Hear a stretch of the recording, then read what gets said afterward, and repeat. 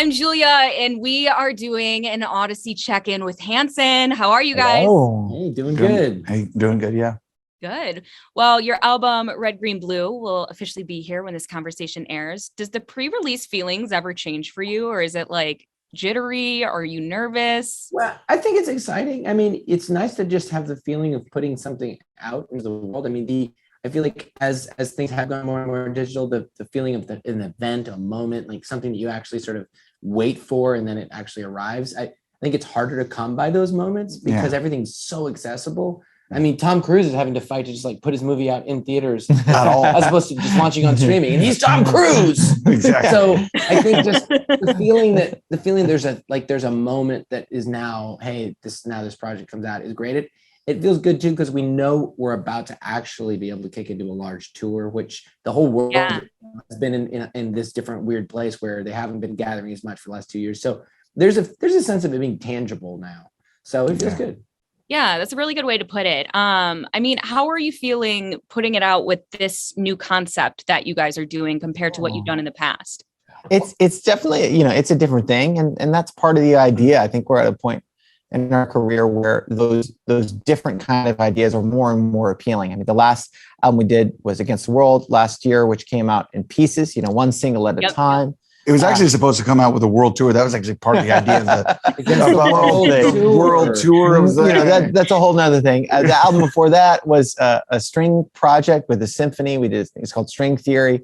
And so I think we're at a point where you're really trying to deepen those connections and continue to tell interesting stories that really not just affect the moment you're in, but shed light on the history of the band, the whole story of 3 decades of music that we've played together. Yeah.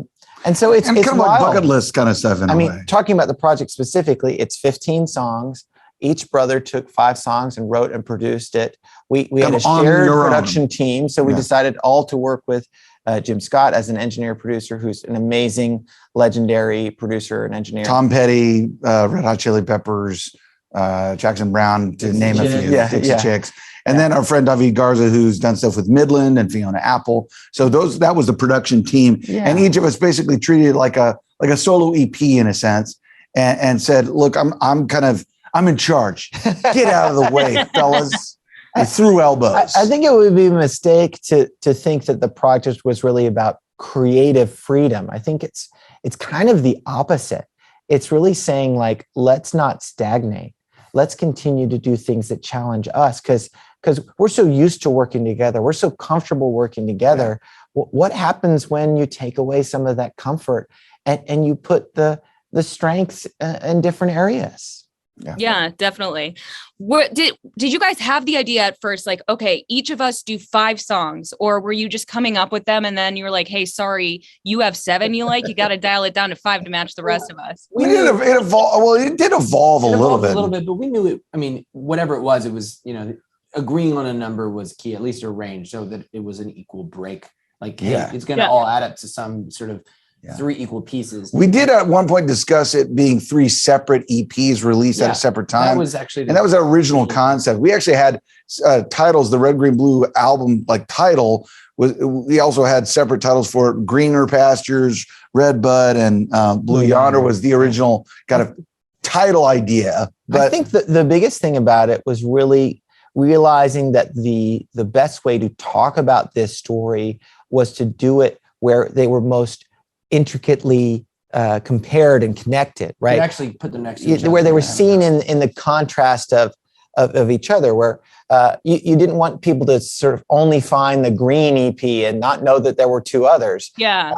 And so that was the reason we kind of put it all together. It was mostly because they were afraid that I would do better music than them. And they didn't want to be compared to me. Well, that will be interesting. I'm sure someone will eventually tell us which band member is the best. But please don't tell us. The album that'll do that,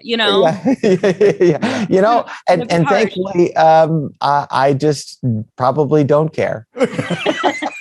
No, I just was going to say it's an interesting exercise. I mean, in just challenging yourself, and then also kind of trusting your fans as well. The ones, because look, when you've been making music your whole lives, I mean, we've been, it's easy to remember now. I mean, we were 9, 6, and 11. We're now 36, 39, and 41. I mean, that's 30 years in. It's like, okay, that's 3 decades. And that was 5 years before like Middle of Nowhere and I'm out the West. Yeah, when we first began, and you go, that means like a 9-year-old, 6-year-old, 11-year-old. We've been doing this our whole life. So music creation it comes from inspiration. It has something that's got a spark. You got to have some kind of spark. And Isaac had this idea for a while, suggesting this project. And frankly, to have the right time to do a project like this it's not always the right time. And this is one of those things that you kind of have to be able to frame what it is in context with who you have been, because the fact that we are sort of as established in a way of, at least regardless of whether all the band's records, you know the story of Hanson, it's 3 brothers, Yeah. that we've written and recorded for a long time, there's a strong sense of unity and sense of identity.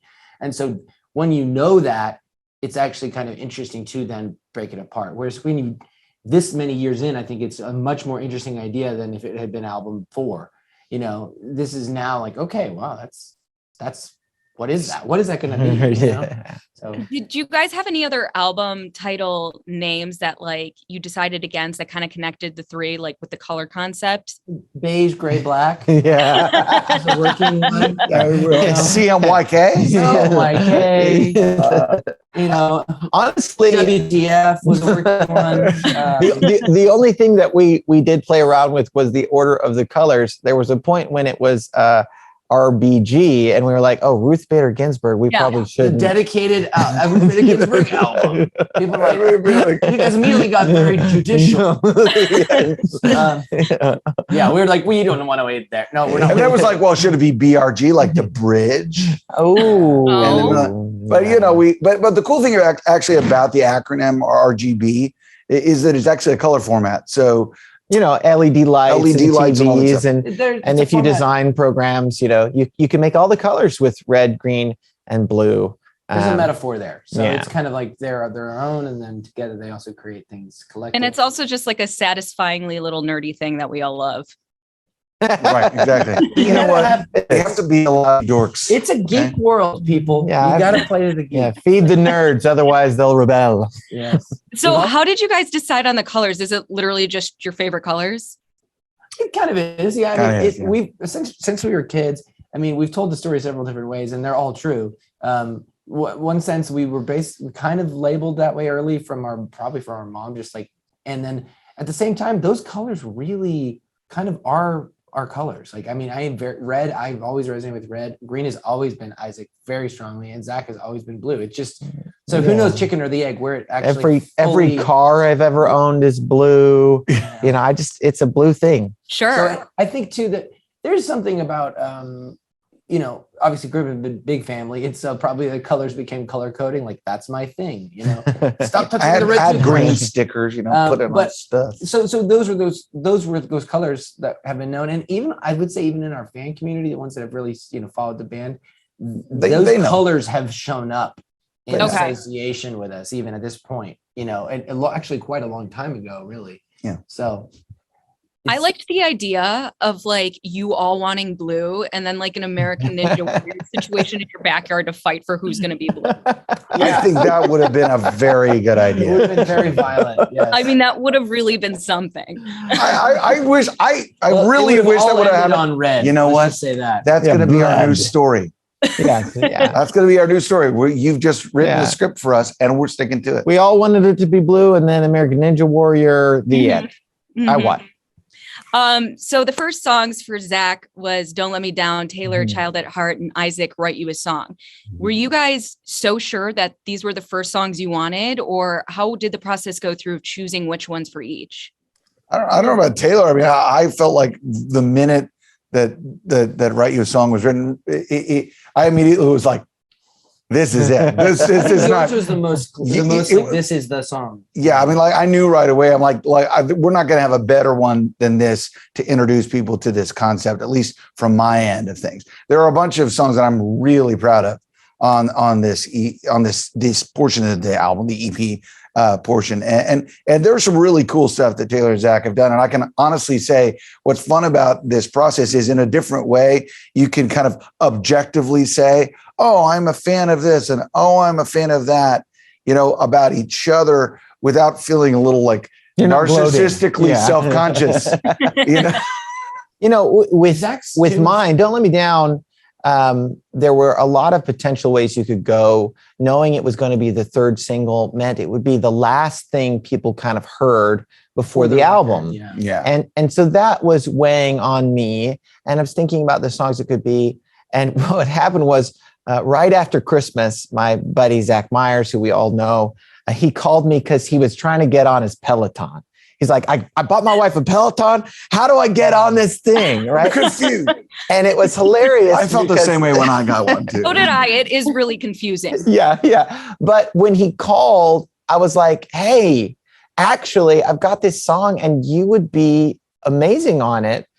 And once he played on it, it just seemed like there's so much kind of friendship in there now and joy to the song. It's a great crescendo. Mm-hmm. And so it just, and even recruited Frankie. Yeah. It told me on its own. It said, hey, I'm the song that we should end with before the album comes out. Because I think it also ended up really accentuating some of the different sounds, right? You hear three very different songs.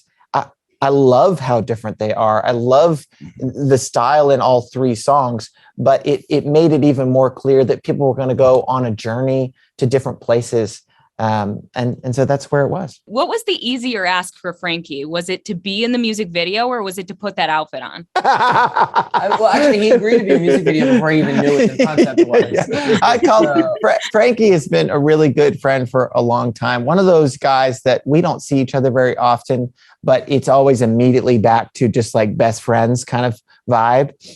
And so I just called him and I said, hey, I'm making a music video. Do you think you would be into being in it? And he goes, yeah, of course, I'll be in it as long as I'm not doing a race car, a race that day. Actually a race car. Yeah. He's a race car driver. And I said, do you need to see the treatment? He goes, no, I'll be fine, whatever it is.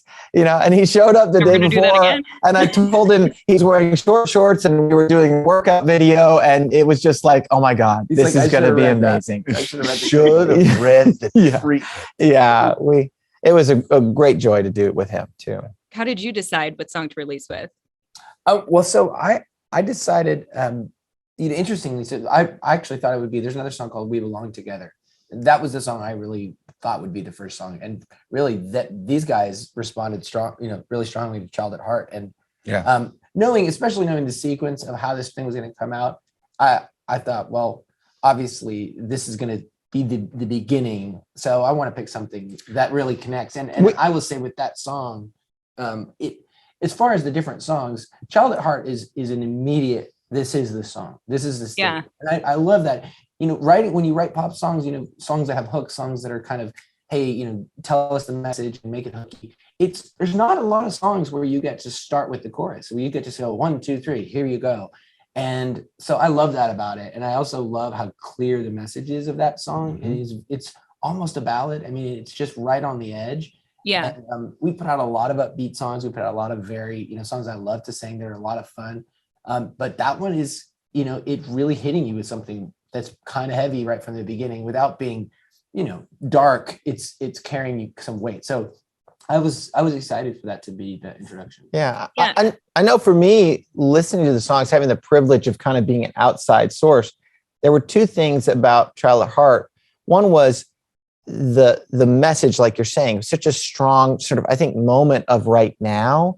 Like it almost, like I feel like so many people are dealing with sort of like mental health issues and isolation. And it was like a message that was like really real to what people needed to hear. Sure.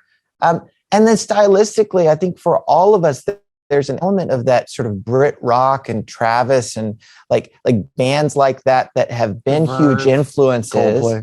But you don't hear it as much in our music when we come together. That garage rock band, that power pop band tends to take over. And when Taylor brought that and you got to hear it, kind of like, oh man, wouldn't it be so great to just let people hear us and you playing in that style, because I think it's really true to something they haven't seen. Yeah. Actually, Taylor, I did an interview with AWOLNATION like a couple months ago, and Aaron was so complimentary of you. He compared you to Michael Jackson, which is like, I feel like the compliment. It's like, I will pay you later. That's very kind. Yeah, he's brilliant and really good dude. Yeah. How was it working with him?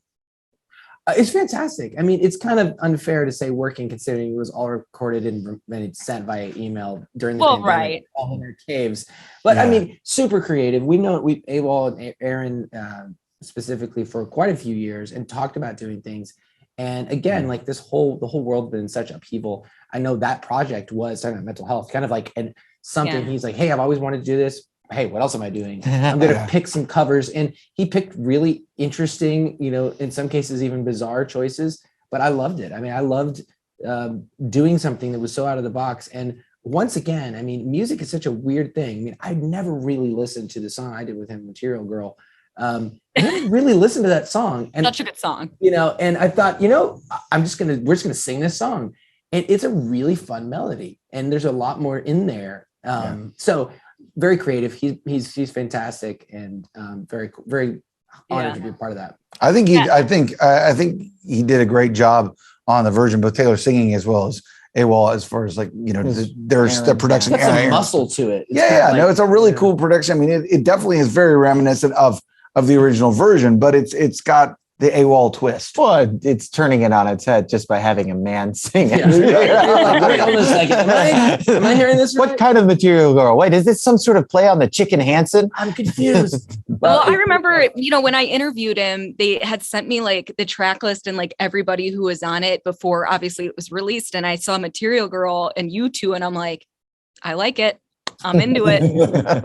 Got to turn some heads. Creativity. I mean, we'll swing it back to just the general conversation. I mean, first of all, again, Aaron's awesome. Huge props to him. And those guys are great band. But just being creative. I mean, we were in an interview last week, and I tried to, we were talking about all the family stuff, and a lot of times that comes up in the album. But nobody tells you you're going to talk about yourself all the time when you join a band. Like you get into it to make music. You get into it to write songs. You get into it to perform. You don't get into it like, and then I'm going to do an interview about my toothbrush. So it's just nice. It's just nice. I talked about Zach Myers. Isaac co-wrote Write You a Song with her friend Paul McDonald. I've been having more and more fun, touching and, jumping into little things here and there, separate projects. Those things are all, I mean, that's what gives you fuel. I mean, you walk outside, we're in New York City, you smell the air, you see people, you see the creative, the world is moving, and the music comes out. So it's good to be in a place where we're able to be creative and we're able to have fans just excited to kind of go there with us still. Yeah. And I know he was saying too, with the lockdown, he's like this, this concept wouldn't have happened if we weren't locked down. Do you guys kind of feel the same way about your project that you're putting out tomorrow, where like, hey, had we not been like bored for how long, do you guys think you would have came up with this concept, or maybe not because you would have been touring? I don't think it would have been right now because we would have gotten busy, as you often do. And I think there is a silver lining to that kind of taking a moment, being forced to take time. That's one of the hardest things about art, is to gain perspective on yourself. And this is definitely it. I think it's cool. It was unintended that we would be at this 30-year anniversary with this sort of very 3-part project that kind of fell into our laps because of the delay. And so you got to look at it as a bright side. And I think hopefully it marks kind of a new beginning in a way, a new way to look at the band. Maybe. Yeah. I mean, it's not that you ever want to, wipe anything else off the slate, but you do want to be able to kind of see things with new eyes. And I think that's hopefully a cool thing that people will get out of listening to this. What are each of your favorite songs of each other's on this? Man, I mean, it's a close one for me between Ramblin' Heart and Child at Heart. Yeah, the heart songs. The 2 heart songs. Songs. That's a really close tie for me. From the red portion for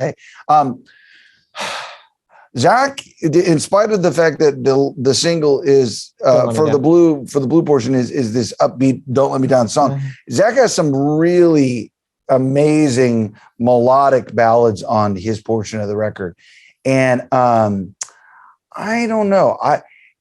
It's hard for me to pick between. Wake Up or Where I Belong. Yeah, that's a really close tie for me. But I think Where I Belong. No, but I think Where I Belong actually has the most intricacy to it, and the most melodic kind of stuff. It almost feels like a portion of string theory that didn't exist, yet. Right. So right. that's probably my favorite of the Blue. You know. Okay. Let me think about this. No Matter the Reason is a song that Isaac wrote with our younger brother, Mac, which ended up awesome. And it's really, really fun to play. It's going to be great to play on coming tour. And so that one, just for the lyrical sort of, there's some earnesty and some cleverness to the lyric that really I enjoy. It sort of hits in those places for me as a writer that I just love listening to. And probably, listening to the song Truth from Taylor's portion, I know for a long time, there's been this kind of feeling of just, we love to sing maybe more than anything else. Obviously we're instrumentalists, but singing is really what drives us to do it. And that song has such a great melody. There's so much meat to singing it and listening to him do a great performance. And so I think people are really going to love that. Yeah. Good selections. It is hard. I think I would go with the slower tracks as well. In both cases, I would say No Matter the Reason, Ike's track, No Matter the Reason, I would pick that one as well. I just think there's just something that feels really natural about it. It's beautiful, but it feels very effortless. And it's a great melody, great story. And then I don't know, I would probably say Wake Up, actually. The song from Zach's. It's just, there's an ease to it. And I know everybody's, this project pushed things for different people, different reasons, different ways. factors. Yeah. I know that it opened up kind of the floodgates in some cases, and also was challenging in different ways, different muscles were stretched. Oh, yeah. And when I listen to those songs, I think I hear things that feels like highlighting some of the things that I consider the best of their creative work, where I can go, yeah, that's truly, I can see Zach smiling when he's seeing that. I know I can tell Isaac is happy with himself. Yep, this is the one I want to see. Well, see, in that particular case, I was literally in tears. Or weeping. See, this is the truth about Isaac. Isaac is smiling when he's weeping. Yeah. So he's a happy crier. He's I'm so home. This is the worst. I have to do this. This is the best. So. I mean, you all are very sweet to each other with your music. Do you guys ever get brutally honest though, where you're like, no, what are you doing? This is not the way we talk about the album when we're not on camera. You're like, it is American Ninja Warrior. Yeah. Oh, absolutely. Well, these are all true. And then you didn't ask us what we don't like about each other's project. You say, what's your favorite part? That's the only positive thing we have to say. Well, I would say it is interesting because the approach to this project, obviously, when you look at the credits and you hear the record and we're releasing it together, even when there's harmonies on a blues song, usually it's Isaac or Taylor singing, right?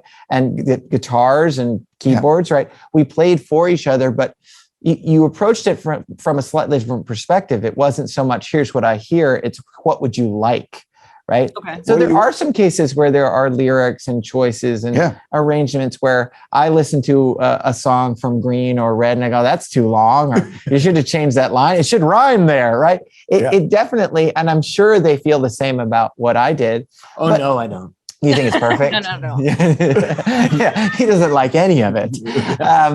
But you didn't even listen to it. I think that I just made that up. I just read the track listing earlier. I have no idea what that song sounds like. Like, sounds good. You're like, that's an you didn't know it's a cover of No, wake up now, tell me, do you win or love? No, sorry. Somebody did tell you look like George Michael. Yeah. I think there's a maturity to being at this point and realizing, as much as it is, every choice, there are 100 right choices with music. There really are a lot of great ways you can go. And a lot of it becomes preference and what you want to do together. And it's important to be able to walk into a room and know it's just your taste sometimes. I like that. You all have children. Do you guys ever run your music past them to get their opinions? Because I feel like kids are super brutally honest. Like they'll just tell you what is exactly on their mind. I appreciate you asking that question. And it's actually a really good question because in many cases, it's very helpful to get that unvarnished kind of take on things. And think in my particular case, I definitely ran it by Odette. because Odette was the reason why Write You a Song got written. She Says, said Dad, to I me, need a song. Yeah, Dad, you never write me any songs. And It's then like, it's my turn. yeah, exactly. You know, What so- would have been really sad is if she would have heard it and been like, Dad, this is terrible. Write me a different one. well, knowing her, she kind of like, goes back and forth on that stuff. She likes to give her dad a hard time. I wouldn't say I would do that officially. Like, hey, guys, time for a review. Great, break out your notepads. Exactly. But, I mean, I'll share music consistently and be doing it and have the antenna up, you know, and see what people respond to. And some songs, you know, sometimes you'll be playing something and I'll be surprised and all of a sudden someone, hey, what's that? And that's always a good indication. I mean, I think much like life, I think you have the best indication when you're very young and when you're very old. So the ones in the middle, that's where things get messy. When you're young, you're fresh, you know. When you're old, you just don't care, you know. And so I'm always curious about what, you know, like our friend and producer Jim Scott is genius, and he just hit 70, and he's done so much. He's very youthful, he's very energetic, but you know, he's been there, done that, and he will just cut straight to the chase, you know. And like that was a stupid thing. Yeah, but he'll tell you what it is. He'll tell you where he's not worried about impressing anybody. And then it's true with kids too. With your kids, you know, they do give you the unvarnished. So you know, you've got something when they go, hey, what's that? I want to hear it. That's cool. You know, with you guys growing up with the height of pop music and evolving your styles, how do you feel about where pop is right now? I mean, there's really great music and really terrible music in every era. That's currently true as well. Yeah. Well, I'll give a shout out to the things that I think are really great. I think Dua Lipa is fantastic. I've liked her from the moment I randomly saw the New Rules music video when we were in Mexico. And it was like 6 months before she really broke in the US. And I was like, that is great. And Charlie Puth is friggin' fantastic. That guy is smart and talented, and you know, there's some really good stuff out there, but it's you know, it's a mixed bag. Love the Silk Sonic record. Oh, Silk Sonic it's fantastic. But I mean, really, truly a great record. So. Yeah. And I mean, I'm happy too, you know, with everything that's happening, that there is still like very upbeat music, because I feel like we needed that in the past, like few years especially. So Definitely. Well, thank you guys so much. Good luck on the new album, on tour, and everything to come. Thank you very very much. much. Thank you.